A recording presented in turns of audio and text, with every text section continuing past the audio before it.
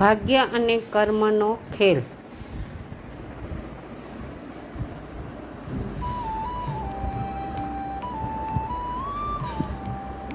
પ્રસ્તાવના.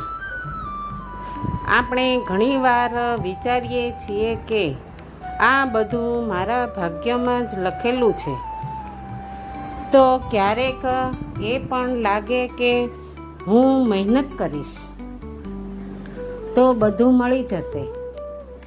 પણ સાચું શું? ભાગ્યનું મહત્ત્વ છે કે કેમ કર્મ? આજે એક શાણા ગુરુજી અને શિષ્યની વાત આપણે સાંભળીએ જે તમારું દૃષ્ટિકોણ બદલી નાખશે.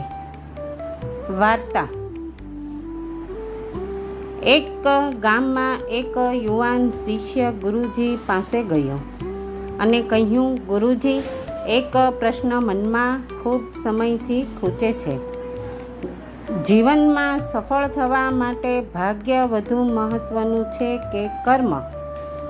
ગુરુજી હસ્યા અને કહ્યું, આનો જવાબ એક નાનકડી કસોટી આપશો. ચાલ, તું મારી સાથે ચાલ.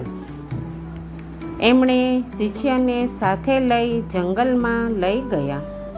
ત્યાં એક જૂનું વૃક્ષ હતું જેના નીચે એક મોટી પથ્થરની શિલા પડી હતી. ગુરુજીએ કહ્યું, આ પથ્થર તારા રસ્તા પર છે. જો તું આને હટાવી શકે તો આગળ જઈશ, જો નહીં હટાવી શકે તો એ તારી જિંદગી રોકી દેશે. શિષ્યએ કંઈક ક્ષણ વિચાર્યું અને પછી ધક્કો મારવા લાગ્યો. કંઈક વખત પ્રયત્ન કર્યો પણ પથ્થર હલ્યો નહીં. થાકી ગયો અને ગુરુજીએ કહ્યું, હું મારી પૂરી મહેનત કરીશ પણ પથ્થર હલતો નથી. કદાચ એ મારા ભાગ્યમાં લખાયું નથી. ગુરુજી હસ્યા અને કહ્યું, તારા પ્રયત્નોમાં તારી મર્યાદા હતી પણ તું પૂરતું વિચારી નથી રહ્યો.